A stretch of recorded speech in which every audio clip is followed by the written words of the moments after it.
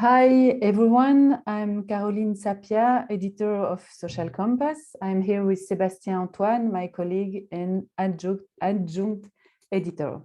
We are very pleased to welcome you to the first webinar organized by Social Compass on new perspectives on the globalization of the Brazilian religious field.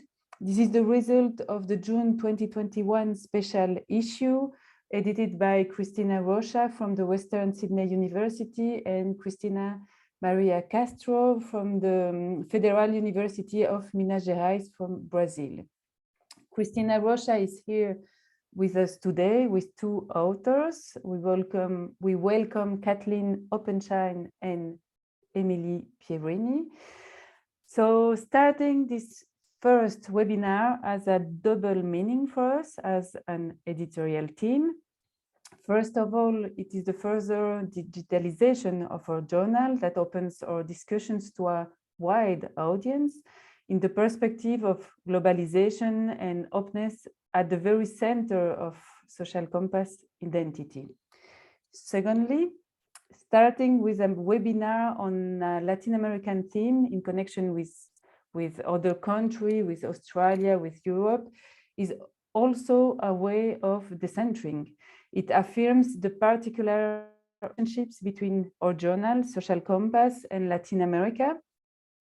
Social Compass is a journal that is almost 70 years old, and our links with Latin America date back to the early 60s. We wrote an article about this, about the connection between Latin America, Social Compass and Latin America in 2018, and we will put the link in the chat.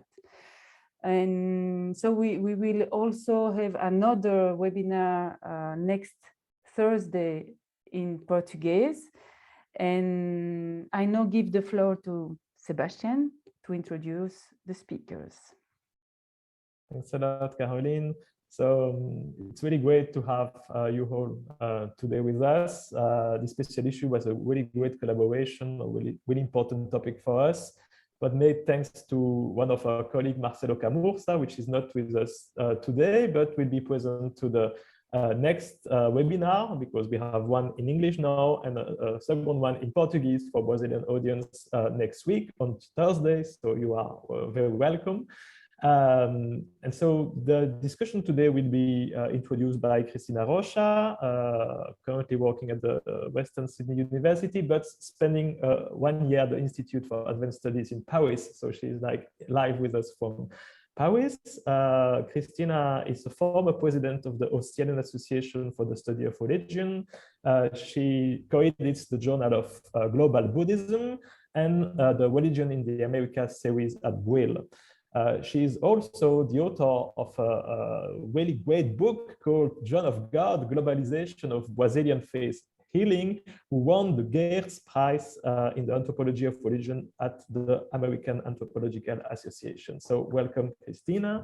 And we have two speakers, Emily Pierini from La Sapienza in Roma, but also currently visiting professor at the Universidad Federal de Santa Catarina in Florianopolis as Marie Skłodowska-Curie Global Fellowship Fellow, and spending the time in Oxford as well. So like it's a really global journey for Emily. So welcome today with us. And the last speaker will be Kathleen Openshaw, working as well at the Western Sydney University together with Cristina. She's the managing editor of the Australian Journal of Anthropology, and she's also co-editor of a book published by Vale in 2020 together with Cristina Rocha and Hutchinson, called Australian Pentecostal and Charismatic Movements, Arguments from the Margins.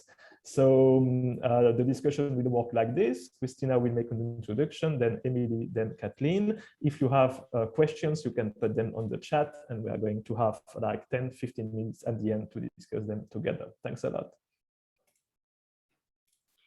Thank you. So I will start with my introduction. But first of all, I'd like to thank Caroline Sappia and Sébastien Antoine and the Social Compass Journal for the support in the publication of our special issue, but also choosing this work for the inaugural webinar series. So we are all very excited about sharing with you the special issue today. Cristina Castro, my co-editor, is unable to be here today because of the time difference, but as Sébastien and Caroline have mentioned, she will be there presenting in the Portuguese webinar next week. So the idea for this talk came from when Cristina Castro invited me to the Federal University of Minas Gerais a couple of years ago to give a talk, and we were talking, and we realized that both of us worked very much on the same issues of the globalization of the Brazilian field, and we wanted to do something together. So we decided to put together a special issue.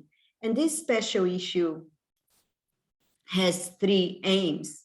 So next slide, please. The first aim, we wanted to join 2 kinds of scholarship that we realized were developing separately. First, the ways in which Brazilian religions travel and settle globally, but also how the Brazilian religious field has been enriched and made more complex by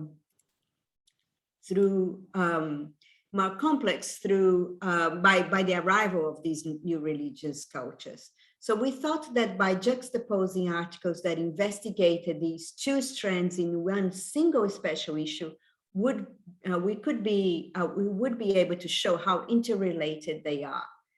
So we decided to have an equal number of papers focusing on each of these aspects: the new religions arriving in Brazil and Brazilian religions going global.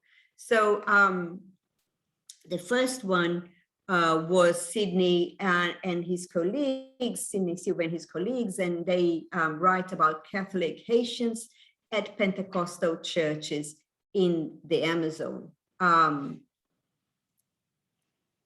Then Cristina Castro and Igor Cacheta work on Brazilian women converting to Islam in Belo Horizonte, a city that is a bastion of Catholicism in Brazil.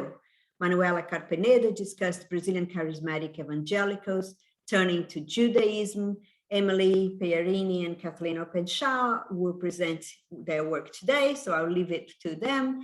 And then my own work on the infrastructures that allow the Australian megachurch Hillsong to arrive in Brazil. And I'm thinking about music, buildings, online networks. So next slide, please. The second aim was to analyze the impact of new information communication technologies on these 2 processes. This impact has become more apparent, of course, with COVID-19, when many religious rituals moved online, while at the same time, people became almost immobile. The third aim was to place the study of flows in conversation with the agency of those who adopt and recreate religious rituals, practices, and cosmologies and materialities to create a sense of belonging locally and elsewhere. Next, no, that's okay.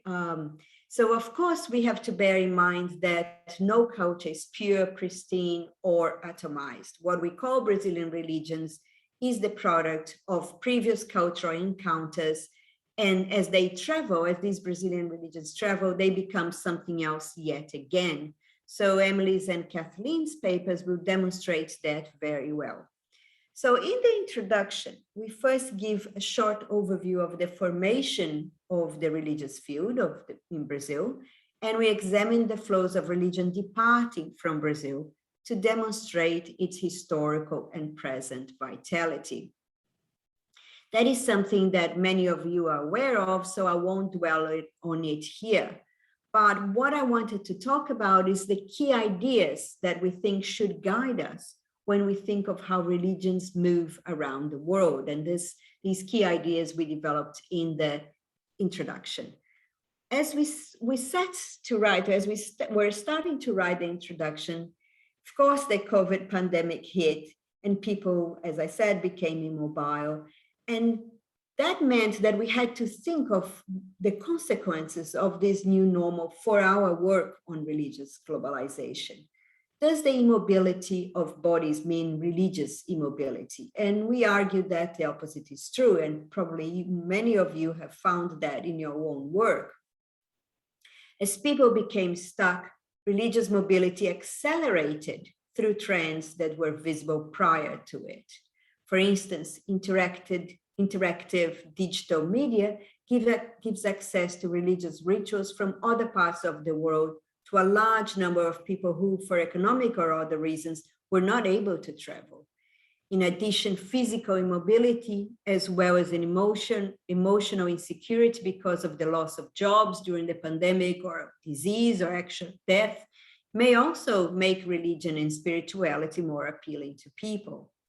So in this special issue, we make a case for scholars of religion and globalization to research immobile transnationalism, that is, the ways in which people are still connected when they are not traveling. Many of the articles in this issue engage with the circulation of religious ideas while people are immobile, and you're going to see this with Kathleen's and Emily's presentations as well. My own work on the arrival of this Australian megachurch, Hillsong, to Brazil shows that as their favorite church went online, Brazilians in Brazil, in Australia, and other parts of the world were able to tune in to live services on YouTube, beaming from the headquarters in Sydney, but also international branches. And in the chat function of the live stream, they were expressing excitement and gratitude to being able to be transnational and translocal while at home. And of course, we have to keep in mind that online and offline practices are complementary. They work in tandem, one reinforcing the other. And that's why Kuhl has coined the term co-locations to call for scholars to investigate physical and virtual interactions as part of the same social site. And the use of WhatsApp in Brazil is a good case in point for that. Brazil is the largest user of this messaging platform with 100 million users in a population of 200 million people. And WhatsApp has been vital for the arrival of conservative ideas regarding gender roles, politics, and lifestyles, and these have had a significant impact on the Brazilian religious field. And this was made clear in the 2018 presidential election where religion played a prominent role in the debates.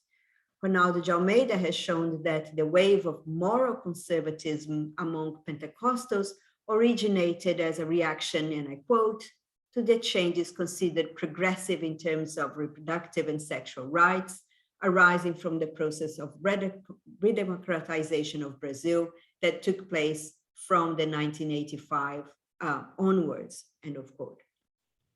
Other global conservative trends arriving and circulating online and offline in Brazil are Islamophobia and evangelical Zionism, and these both have been adopted by Pentecostal politicians and many followers as well. So Cristina Castro and Igor Caixeta's article showed that Islamophobia arrived in Brazil via the US and Hungary, and these countries are governed by Bolsonaro's allies.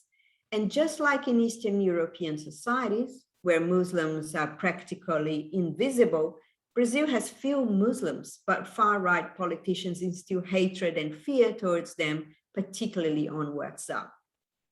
So in this issue, Castro and Caixeta investigate why some women turn to Islam and proudly wear the veil amidst such a hostile environment, risking actual violence against them. Manuela Carpenedo, in her article, shows that the formation of a Christian Zionist religious scape in Brazil originated in the US dispensationalism, but however, these ideas are localized in the Brazilian context and circulate in the country via the media. The religious channel, TV channel Rede Record, owned by the Universal Church of the Kingdom of God, has created a new type of highly popular telenovelas, the famous soap operas in Brazil, called biblical telenovela, in which biblical narratives are dramatized. So as you can see, our papers pay special attention to the more recent scholarship of religion and/or religion as media as a significant force in the globalization of the Brazilian religious field. These scholars that research religion as media aimed to decenter belief as a central and universal characteristic of religion by showing that the sole focus on belief and the consequent dismissal of religious materiality were due to a Protestant bias. For them, religion is a practice of mediation. Thus, media, be it objects, bodily sensations, music, are all intrinsic to religion, and they make gods tangible. So in this issue, Sidney da Silva and colleagues article and my own article focus on religious buildings and music. Castro and Cacheta on clothing, food, prayers, marriage. Carpenedo and Openshaw on media, and Emily Pierini on language and ritual objects. A final, but also important key point is the constitution of the Brazilian field and the global circulation of Brazilian religions are shaped by power symmetries in which some religious flows are more powerful than others. Regimes of migration in the global north make it harder for poor and brown peoples and their religions to move, including Brazilians and Brazilian religions. At the same time, spiritual tourists from the global north who bring back and perform religions from the global south are able to spread them if these religions fulfill an imaginary of the south as thoroughly spiritual and pre-industrial. So in this sense, as Arioto and Paul Freston have demonstrated so well, it's much harder for Brazilians to achieve what we call reverse evangelical missionization in the global south than for spiritual tourists and Brazilians to expand, spread Brazilian alternative religions such as ayahuasca, the Vale of the Dawn, as Emily will talk about, and the John of God movement, which I have written about, and Afro-Brazilian religions. So several contributions in this special issue focus on how religious circulation is shaped by power relations. Again, Kathleen and Emily will work shows that, and they will talk about that. So I hope this is a good summary of the key points of our introduction. And now I welcome Emily Pierini, who will share with us her findings. Thank you.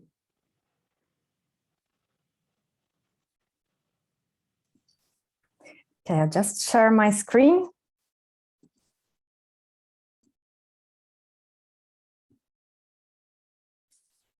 Okay, so first of all, I would like to thank Caroline, Sébastien, and Social Compass, the editors of this special issue, Cristina Rocha and Cristina Castro, and the reviewers for their work and insightful comments in the preparation of this issue. I'm a Marie Curie Fellow in Anthropology at Sapienza University of Rome. I'm visiting professor at the Universidade Federal de Santa Catarina in Brazil with a project titled The Transnational Healing, Therapeutic Trajectories in Spiritual Trance. I examine in my research the transnational spread of the Brazilian Christian spiritualism of the Vale do Amanhecer, that is the Valley of the Dawn, between Brazil, the US, Europe, and I examine also the therapeutic uses of mediumistic trance. For this special issue, I wrote the article titled Transnational Mediumship and the Development of the Transhistorical Self in the Vale do Amanhecer. And in this article, I draw on some data from my previous research in the Vale do Amanhecer, but it's very much connected to my current project. So the way I propose new perspective on transnationalism is by firstly moving beyond an idea of diaspora with migrants, just with migrants relocalizing their religious practices, so as to explore how these mediumistic practices are actively involving local participants in their development in other countries. In particular, I illustrate the challenges that medium encountered in opening the temples of the Vale do Amanhecer in Europe, including the challenges of language translation and learning new ways of knowing through the body. And in doing so, I also aim to move beyond what Manuel Vázquez called the disembodied textualism that has framed the studies of religion. And I propose a phenomenological approach to the transnational circulation of mediumistic practices, focusing upon the experiences of medium and how they change their notions of the body and the self, of space and history, and their ways of knowing and belonging.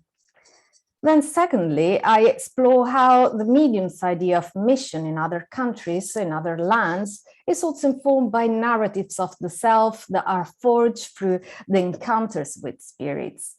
I refer to a transhistorical notions of the self, namely encompassing the past lives of medium as told by their spirit guides. And so explore how these narratives may inhibit or foster the medium's transnational mobility. And I also determine the geographical location where the temples may be opened. So the Vale of Amanhecer was founded near Brazil at the end of the 1950s by the clairvoyant Neiva Chaves Zelaya, known as Tia Neiva, that is Aunt Neiva, while she was working as a truck driver in the construction of the new capital. Its main temple is constituted as a spiritual town, and there are other 700 temples across Brazil, North and South America, Europe, and worldwide they're opening. And each temple is considered to be a pronto socorro espiritual, that is a spiritual first aid, where mediums volunteer to provide patients with a great variety of spiritual healing rituals for free. The patients arrive for the many walks of life in search of assistance for their health, emotional or material matters, and participate in the series of rituals held in a temple. Some patients may be advised about their need to develop their mediumship, and those who decide to do so undergo a training known as mediumistic development, in which they learn to become aware and control mediumistic phenomena. So through her mediumistic phenomena, Tia Neiva revealed the thread weaving together the past lives of the mediums of the Vale as a spirit group called the Jaguars. In several key historical moments, such as Egyptians, Greeks, Romans, Mayans, Gypsies in Europe, and then reincarnated during the French Revolution and in colonial Brazil. And in the Vale, those who seek healing in the temples often encounter spirits and narratives of their past lives. And such narratives reframe one's experience of illness in a broader perspective of karmic redemption.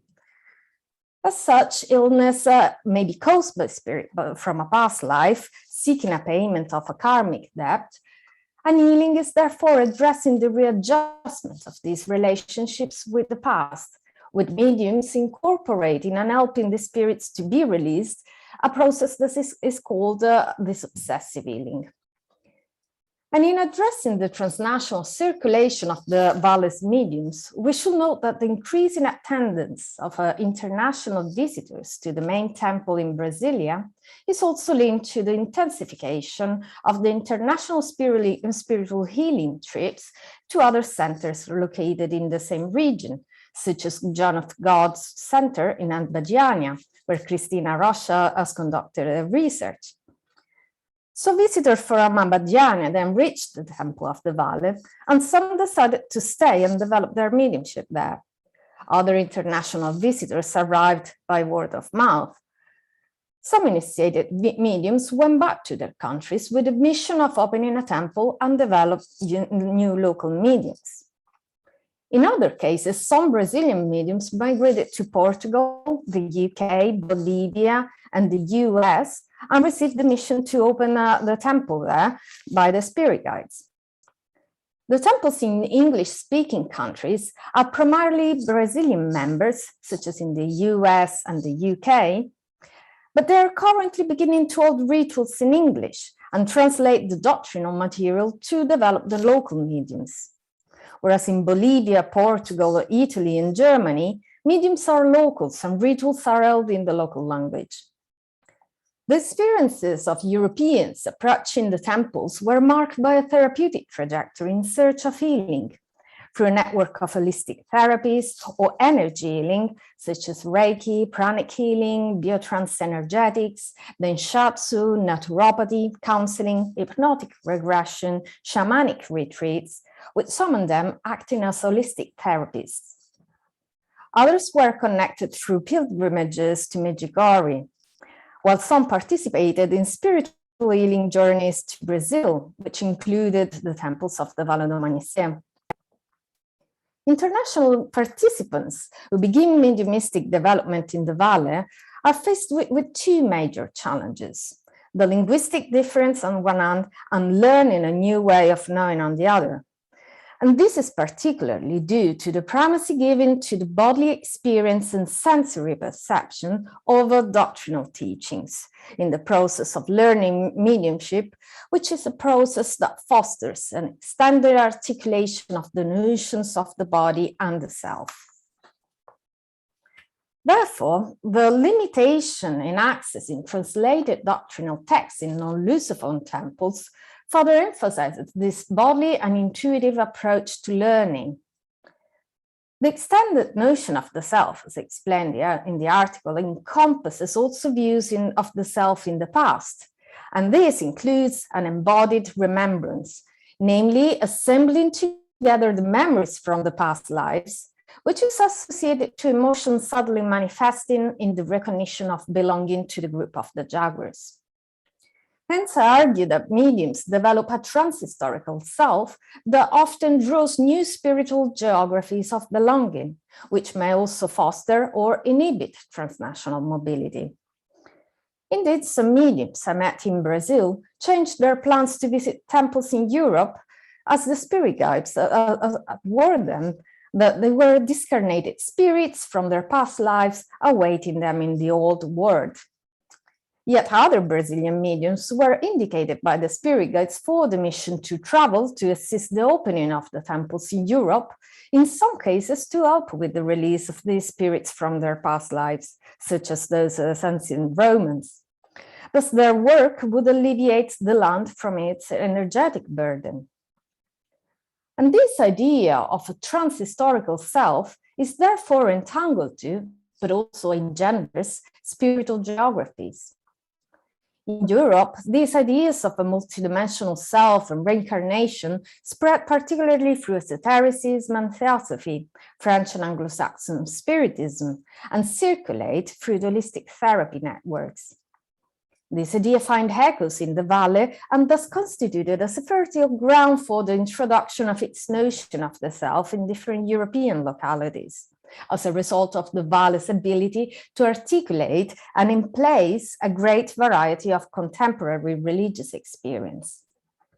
So to conclude, when I propose to consider the self in transhistorical terms, I also imply that we need to expand our ways of thinking about history and how we forge relationships to the past, as well as we need to expand our ways of thinking about the self.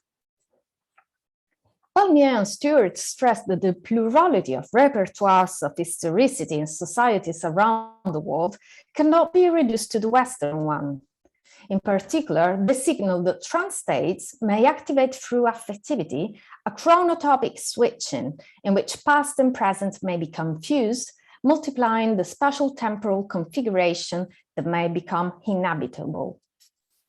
Through the notion of transhistorical self, I point to the individual and collective experience of a spatial temporal configuration that also goes into crafting a transnational sense of being and belonging.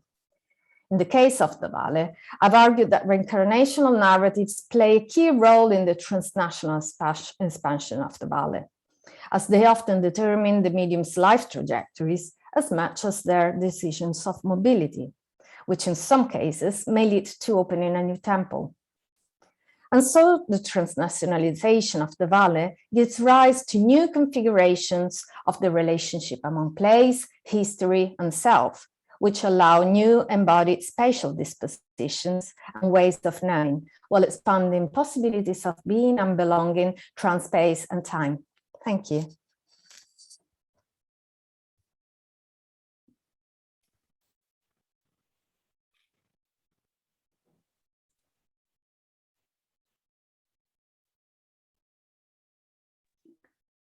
shall I go next? So I'm juggling two screens. So I'm going to be looking here and working out my slides on the screen over here.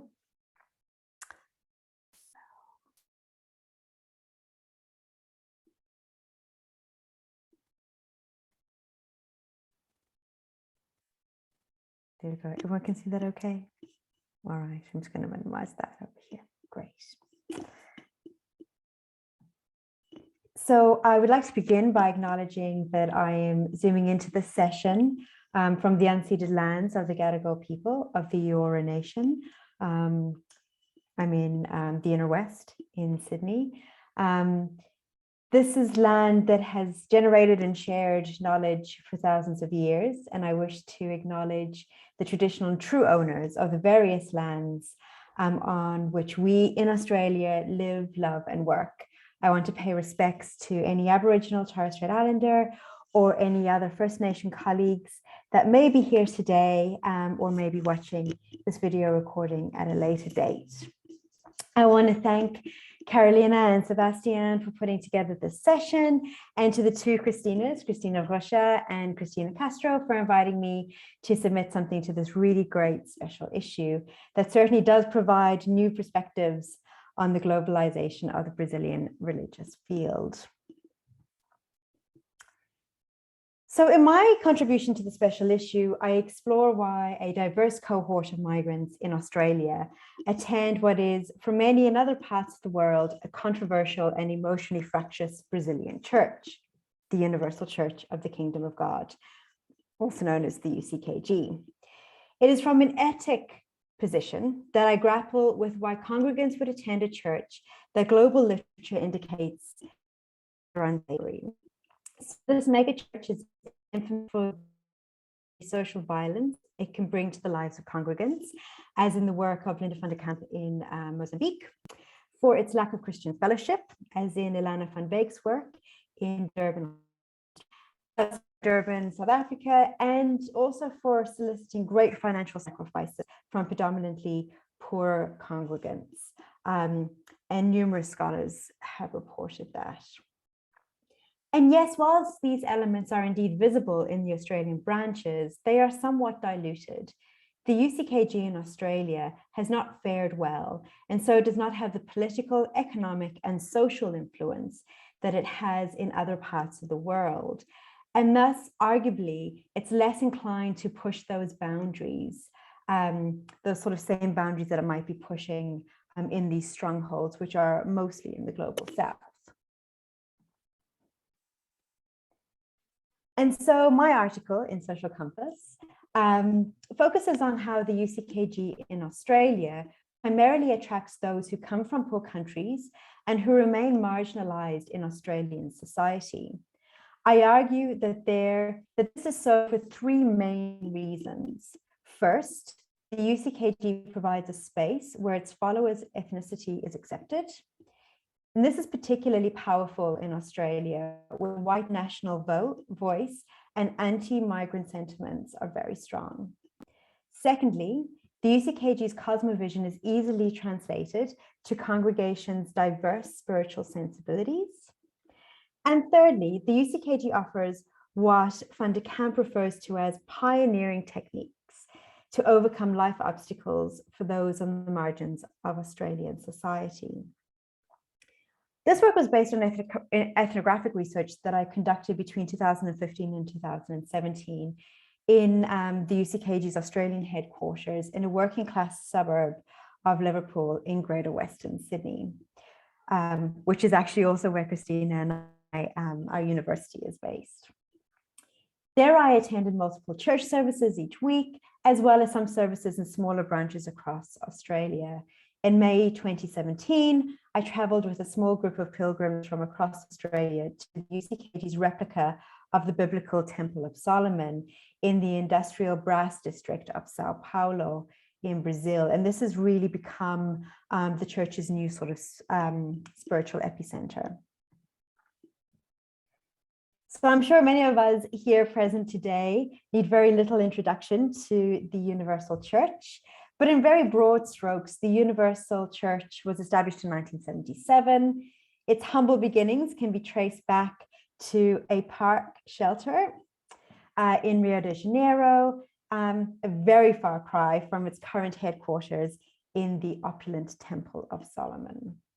Today, the Universal's influence far exceeds the metropolis of Brazil. In the last 4 decades, it has successfully expanded across the globe, planting churches at an exponential rate. Australia, however, was a relatively late mission site. So its first help centre was established in 2006 in Liverpool, where I had done my research. And then this later became the Australian headquarters. So as you can see, the headquarters nestled between a Vietnamese hot bread bakery and a very busy medical centre in one of Liverpool's bustling shopping thoroughfares, looks more like an insurance broker's than a church. The church's presence is made known by a partially frosted glass front that displays the UCKG's logo, a white dove and a red heart, and the well-dressed young pastors often stationed at the door, handing out leaflets and offering prayers to passers-by. This shopfront church is very much in keeping with the UCKG's global modus operandi for church planting in urban settings. Much like the other churches in these sort of urban centres, it's also very close to public transport as well, so congregants can easily get to church. The UCKG in Australia is not a migrant church, but rather it is a church of migrants. This Brazilian church does not cater for its own cohort of migrants in Australia, although there are a handful of Brazilians across their multiple sites, and the pastors tend to either be Brazilian or Portuguese. This is because Brazilians in Australia are predominantly middle class, and of course, Cristina Rocha has done a lot of work on Brazilians, particularly attending trendy Pentecostal churches like C3 and Hillsong. Most UCKG congregants in Australia originate from countries in the global south. In fact, an incident I refer to in this journal article illustrates this point. One busy Sunday afternoon, Pastor Mateus, a Brazilian lead pastor, asked all of those who were born in Australia to raise their hands. Less than 10 people out of about 150 attendees raised their hands. And so this informal poll by the pastor kind of confirmed what congregants had jokingly said to me, and that is that the UCKG is not a church for Aussies, and that is read as white Anglos.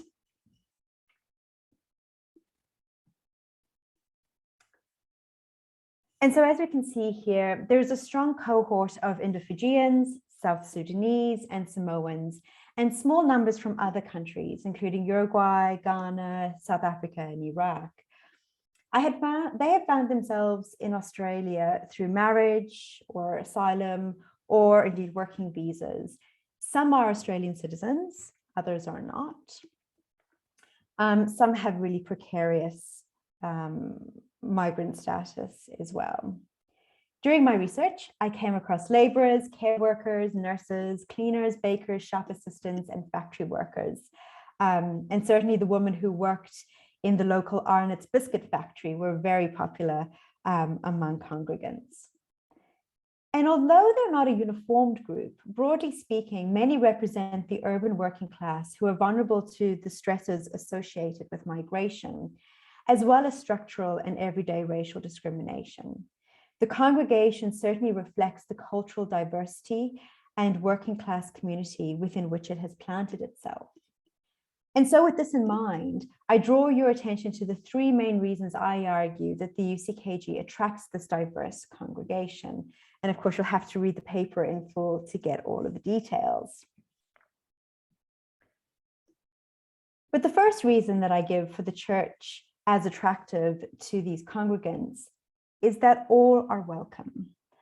I open my journal article with a quote from a Kuak, a South Sudanese woman who fled the conflict in her country.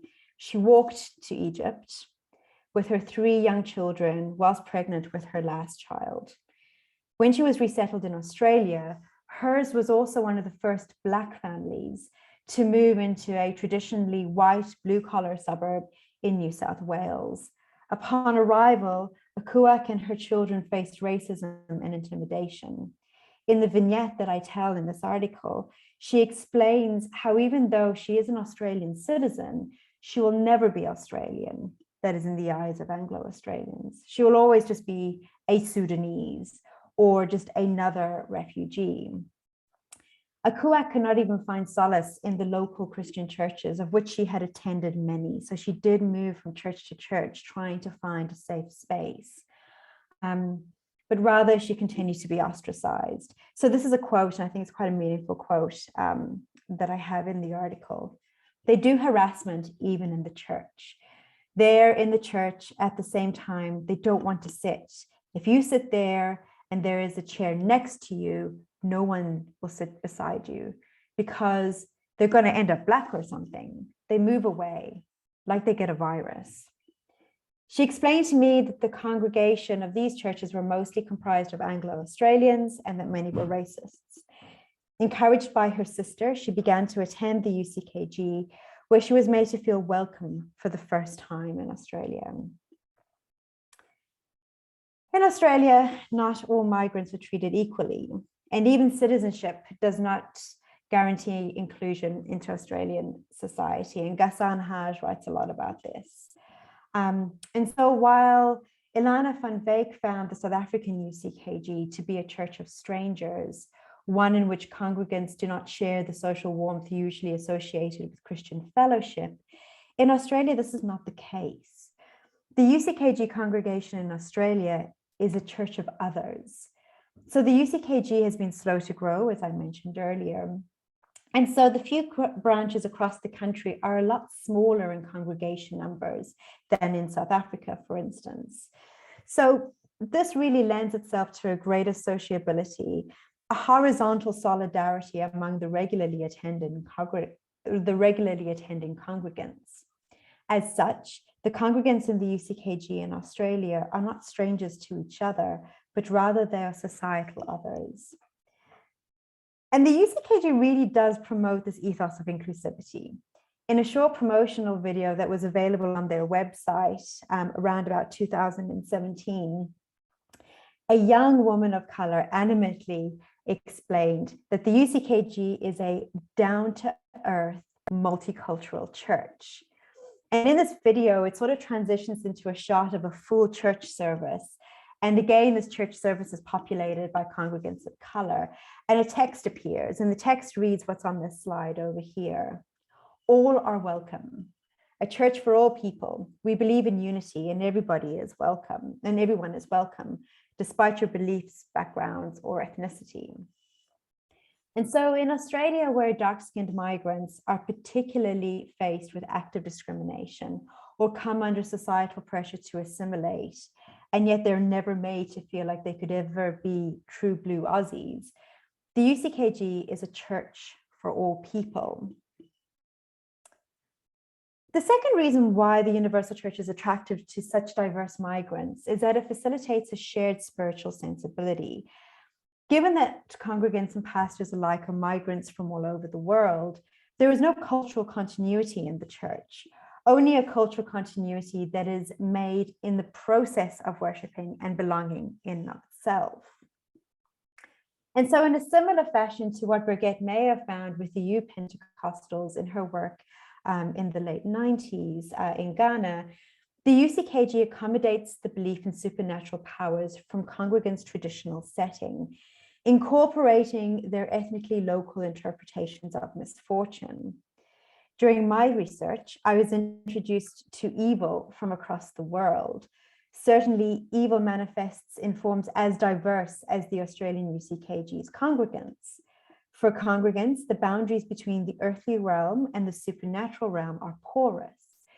Even before congregants enter the Universal Church, many were managing the supernatural in their lives. And a good example, as laid out in my article, is that of a Romanian woman who told me that she had actually moved over to Australia in an attempt to escape a gypsy curse that was placed on her by her then husband's mistress. She felt that the curse had followed her and her children, and her children experienced substance abuse as a result of this, and that it was actually only broken after many months of attending deliverance services in the Universal Church. And so the UCKG in an Australian context, and Paul Freston talks about this in the United Kingdom, really creates a bridge or a spiritually familiar space between congregants' everyday enchantment in their countries of origin and their new sort of secular home in Australia. It's a space that congregants are spiritually empowered to challenge their suffering and reclaim through spiritual warfare the agency many feel has been slowly dissolved in Australia. The UCKG recognizes a worldview largely ignored by mainstream Christianity and dismissed by secular Australia, and it also provides congregants with the weapons legitimated through Christian faith that they need to fight their spiritual battles. And it is in this diffuse nature of the UCKG's spiritual ontology that it really sort of allows to be adapted to these kind of global congregants without really changing too much. So the export from Brazil doesn't change all that much, but is easily able to mold to these global congregants. And so the UCKG offers congregants an enchanted place under the rubric of Christianity, where they can exercise agency in their lives in ways that might alienate them in other churches.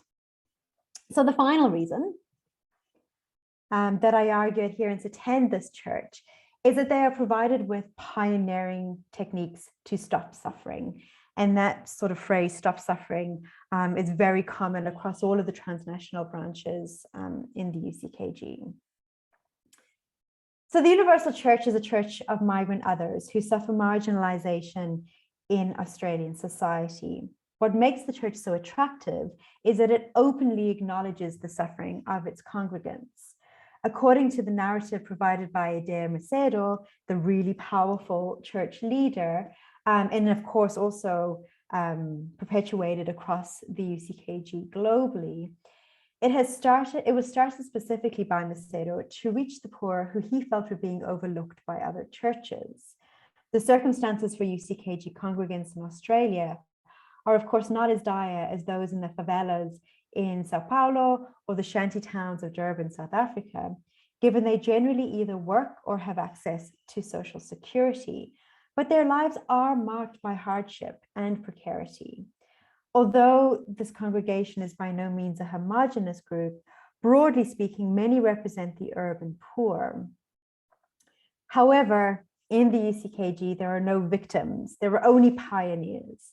And as Linda van der Kamp's work with women in Mozambique, and as with Linda van der Kamp's work with women in Mozambique, I also too recognize that the UCKG is attractive to those for whom those pioneering techniques resonate, those who are trying to benefit from spaces of uncertainty, where there is a strong survival of the fittest mentality. And so they sort of buy into this neoliberal idea of individual responsibility and perseverance. And this is bolstered by their renewed faith in the Holy Spirit. And congregants use this new confidence that is provided by their faith and these sort of promises by the church of a total transformation in their lives to strive for better conditions. Not only do congregants use technologies such as deeply investing in their spiritual life, and of course this really does come at a very high cost, both in terms of time and money, but they do this to also gain rewards in their physical lives. And they're very bold in their entrepreneurial endeavors. We would get a lot of testimonies about people who have started businesses that are doing very well, and that they were bolstered by their faith in order to do this and to have the confidence to make the leap into being self-employed. So congregants take inspiration from the UCKG's instructions to use their faith by sacrificing and persevering. And so this new awakened spirituality gives them the confidence to pursue the life that they believe God had planned for them. Given that many congregants are structurally disenfranchised and have exhausted secular means to navigate their life difficulties, they choose to spiritually fight to conquer the obstacles in their lives. And so in Australia, the UCKG is a church of others. Congregants are overwhelmingly migrant from the global south, whose disadvantage really has traveled with them to Australia. And in this journal article, I argued that the UCKG is attractive to these congregants for three main reasons. In the UCKG, congregants are not expected to discard their ethnic identity to be welcomed.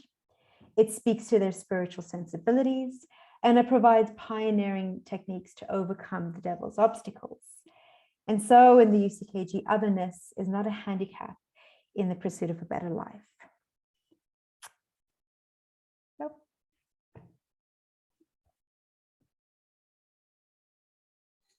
Thank you for this for such interesting presentation that link different field work between Brazil, Europe, and Australia. And I invite the audience to read the article to deepen this topic on the globalization of the Brazilian religious field. I propose that we start the question. This special issue is original because it deals with the transnationalization and globalization of the Brazilian religious space in different geographical areas, but also from an in and out perspective, which allows us to understand the religious circulation of concept, object, sound, and infrastructure. Cristina Rocha spoke about the concept of collocation at the intersection of the between the physical and virtual religious interactions. And I would like to ask, how did you approach these virtual new fields as WhatsApp, Twitter, Instagram, or Facebook in terms of methodology? And that would be my first question.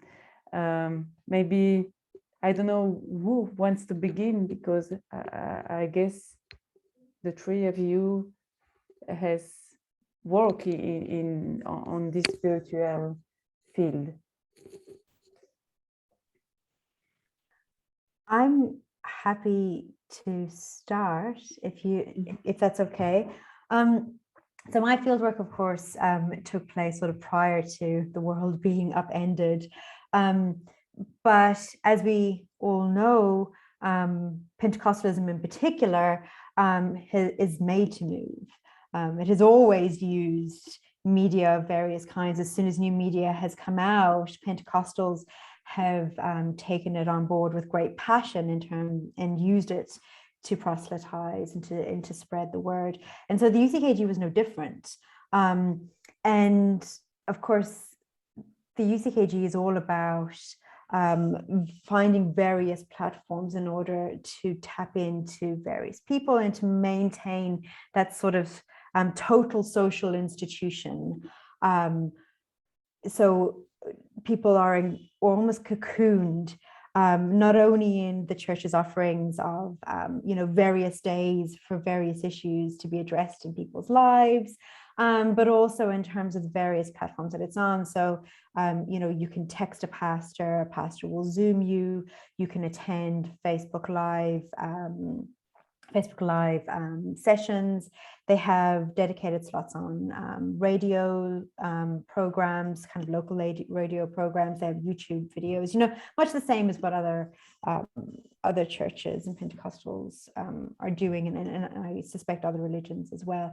I think for me, the most interesting thing is that there was definitely the blurring of the lines between the experience of the Holy Spirit in person, but also the experience of the Holy Spirit online. And so, for instance, the pastors would engage people sometimes asynchronously. So, people are watching YouTube videos, not at the time that it's streaming, and engaging them in such a way that they might be blessing holy water. So they would say to congregants, get a holy water, and the pastor would bless the water asynchronously through these video streams. And so for me, in terms of methodology, there was definitely a my participant observation was synchronous and in person as much as it was asynchronous, and taking place at different times.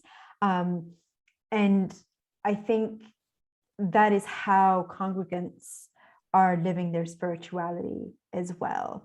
People would talk about watching videos and really feeling the Holy Spirit move, or indeed being delivered from demons through deliverance services that were taking place online. And so most of my research took place in that kind of face-to-face participant observation space. You know, I traveled, I did the real anthropology thing, and I traveled on pilgrimage. I felt the pain of jet lag and having to drive myself at 3 o'clock in the morning to the temple, or going to services and really feeling that. But there was also definitely a focus on, I was also listening to the pastor's word every evening, on their video, you know, on their video links, or their radio services. And sometimes they would have small little broadcasts on a special Christian channel as well. So, you know, there is that blurring now.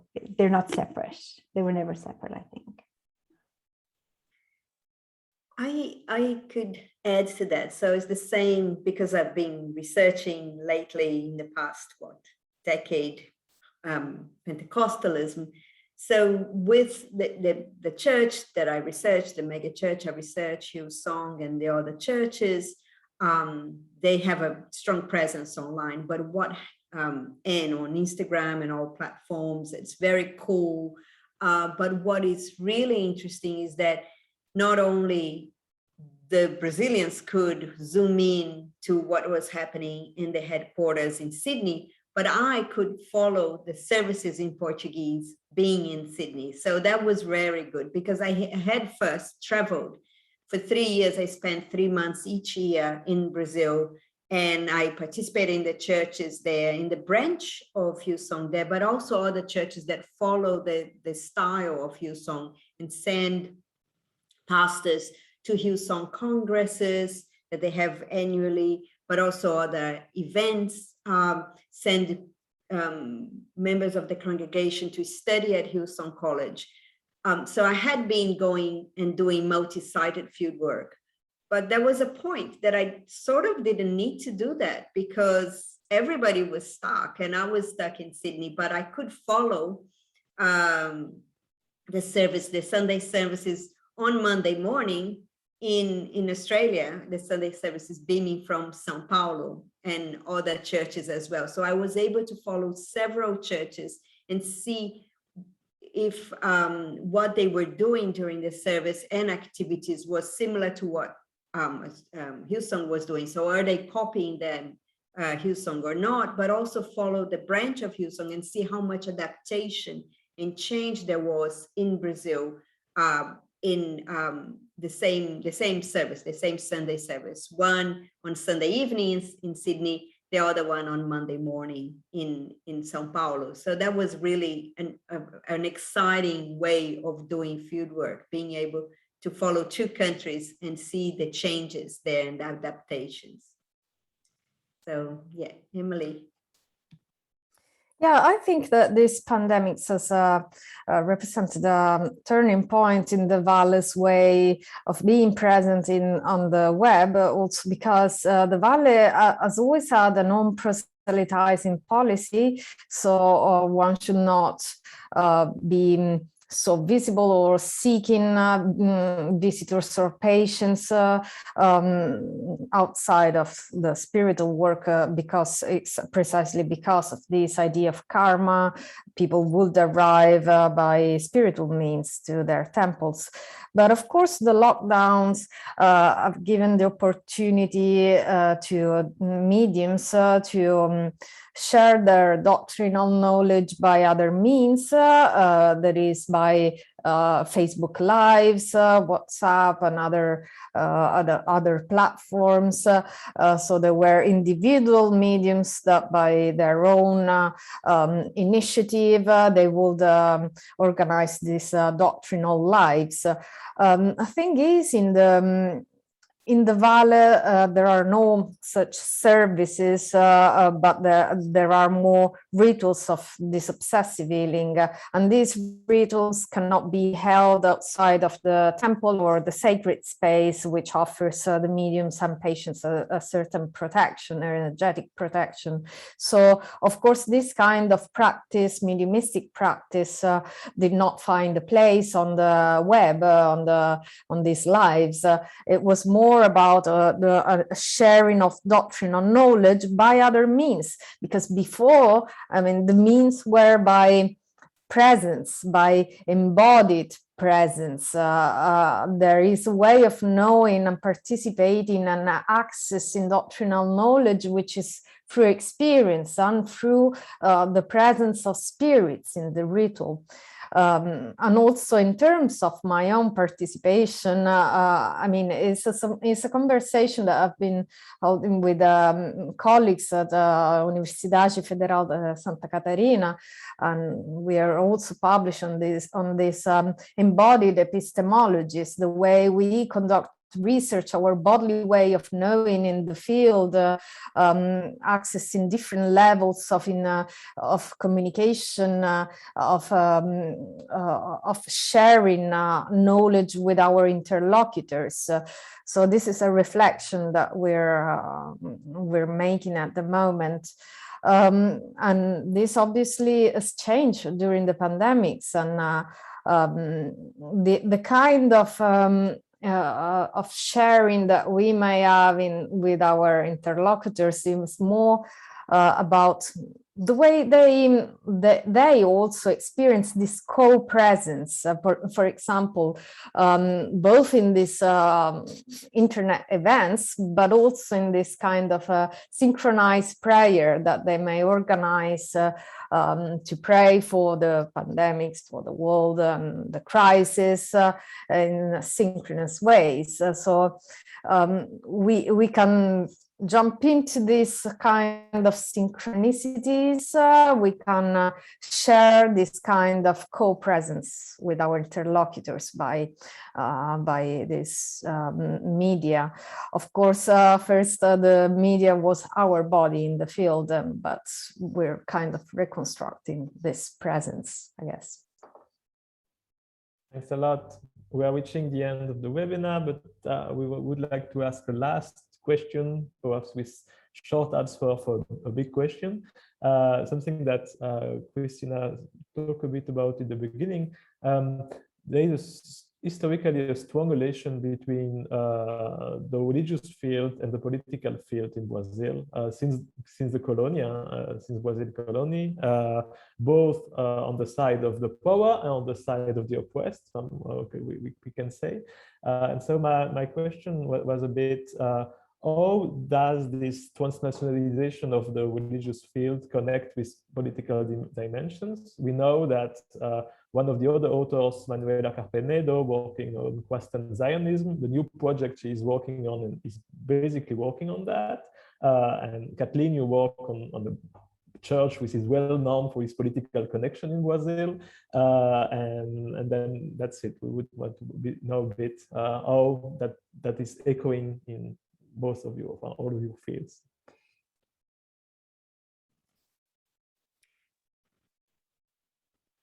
I think together with politics, that's one of the things I mentioned in my introduction here and the introduction in this special issue is the idea of power and where the geopolitical power, geometry of power, global power in the world, in which whatever comes from the global north is much better than what we have here in the global south. So it's an imaginary of the global north. So that also influences the religious field and politics. What I have seen is not, it's one of the things I said about WhatsApp, and we say this in our introduction, how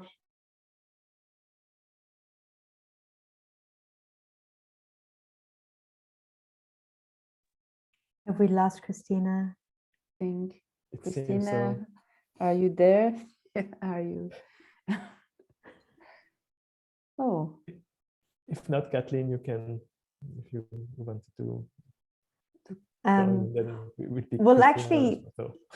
yeah, picking up on what Cristina was saying about power, I think very much what the UCKG does, look, and it's in and of itself, it's not a powerful entity in Australia. It flies largely under the radar.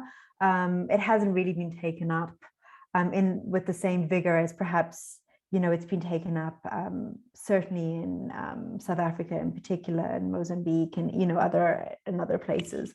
I think for me, what the UCKG does for the congregants in Australia or in Sydney is that there is these geographies of power. And so in Ghassan Haj, a Lebanese Australian anthropologist, writes about this.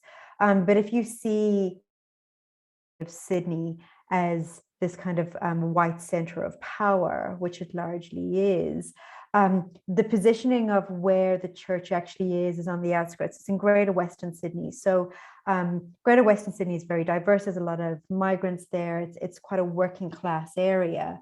And so there is this distance, right, from these kind of centers of power, sort of like the white kind of northern beaches, where everybody has good cars and lovely homes and great jobs, and so what the church does is it decenters the power away from that, and it actually creates a spiritual center outside where, it doesn't matter that you're not in these kind of affluent suburbs, because the center that counts, the spiritual center that counts, is in Greater Western Sydney, is in this spiritual epicenter in the headquarters of the Australian headquarters. And that headquarters, as I show in my work and my other work, connects to these other really important spiritual centers. So, there's a lot of objects and traffic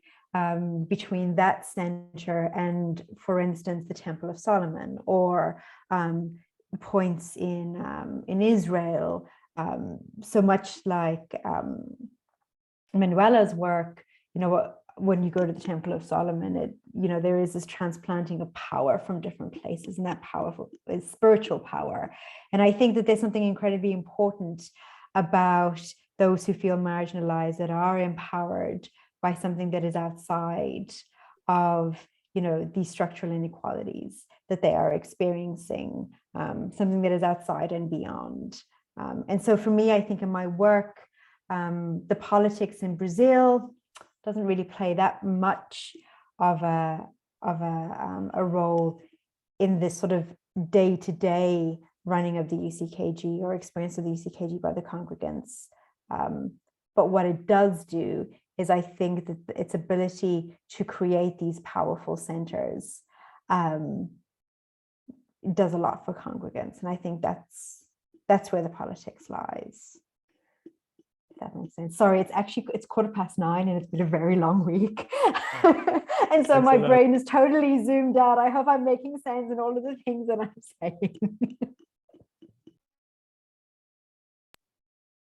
That's fine. Emily, do you want to say something? Well, in the case of the Vale, I don't think it plays a great role in the politics of Brazil. I mean, in transnational terms, I think it's too early to see such engagements because the temples have opened only in the last decades, especially in Europe. And in terms of Brazil, there was a recommendation left by Chianiva, the founder, not to engage in politics or not to bring political issues into the temple because of the kind of spiritual forces that it may trigger.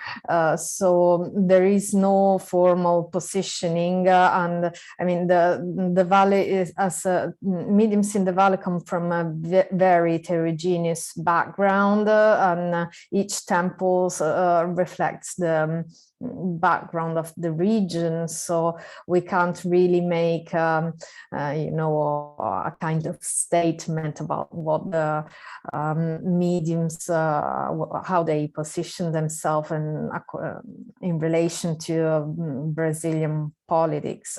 Of course, the last years have seen huge divisions outside of the temple rituals, but this, I don't think that they entered really the work of the in the works of the temple, if it makes sense. We see that Cristina is coming back. Hi, Cristina. I'm really sorry. Sorry. It was, yeah, I'm on my phone now. The computer just kaput. So, Okay. yeah. Okay. Sorry. Yeah, just. Okay. We Emily and Kathleen just answered to the question on politics. So I think it's time to conclude because yes. So sorry for this. That's fine. And yeah, it happens. That's yes, the world now, that's isn't the it? world. Yes. Yeah, exactly. yeah. And so thank you for these stimulating discussions and for taking the time to explain to our readership your field and your work. Thank you to Cristina for the work on this special issue with Cristina Maria Castro.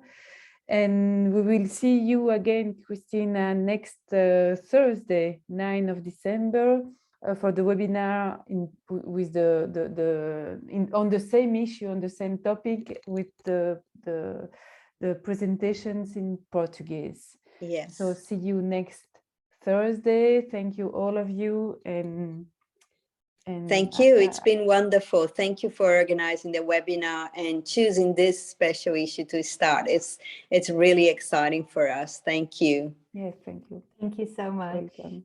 Yes, it's a pleasure. Thank you. Thank you. Okay. Bye. See you next week.